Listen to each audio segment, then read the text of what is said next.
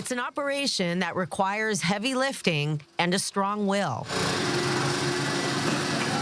We brought in 6 airplane 747 cargo airplanes, and we brought in around 30 containers.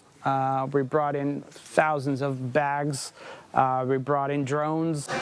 Israel Support Bridge is a grassroots nonprofit that began on October 7th and since has turned into a well-oiled machine, bringing in much-needed goods and supplies and distributing to communities all over Israel. I must say that between 75 to 100 million dollars worth of goods, supplies to Israel in many different ways. The first days we just took whatever we could from people who came and donated things in the supermarkets, and we took them to soldiers. And by the end of that week, we had already a cargo plane arrive in Israel. And we opened the door. It was abandoned for 15 years.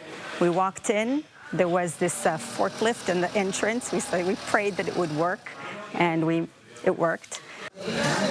Maya Krieger, Erez Ginad, and a group of 7 have turned Israel Support Bridge into a massive asset for Israel, working out of this 3,000 square meter warehouse and getting volunteers nearly daily. What we do is we bridge between donors and between the needs and the requests that comes from all the support organization. We work with the authorities, municipalities, we work with the government, we work with Department of Health, we work with the Army and the police and Kitot Konenut. What we're trying to do is to understand the exact needs, not only the immediate needs, but also the long-term needs, and to bring them to the knowledge of the donors and the Jewish communities overseas. It works like a wholesale B2B, serving 3 different verticals. First, we wanted to thank the community, the Syrian community in New York, that brought in 50 containers to Israel. Some of it are on the way, some of it we got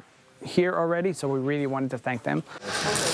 Donors have sent Israel Support Bridge a gamut of tactical and support needs for soldiers fighting the war in Gaza. They're also providing medical supplies like first aid kits, hand warmers, and even treatments for gun wounds.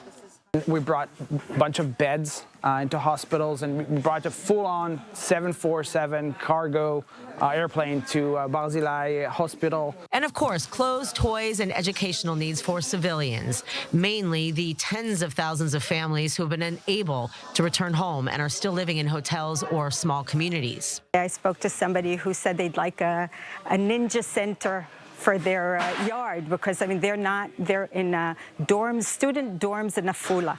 Okay, so they're looking for things to do for the children. Now, Israel Support Bridge is assessing the long-term needs, especially education tools and supplies. It's centers for education, it's centers for rehabilitation centers, also children's, adults, the soldiers that have been wounded. We ask for all donors in the States that really want to make an impact. We would love to contact us if possible, and we want to really create an impact for the future. So we invite everybody to contact us. In Petah Tikva, Emily Frances, I-24 News.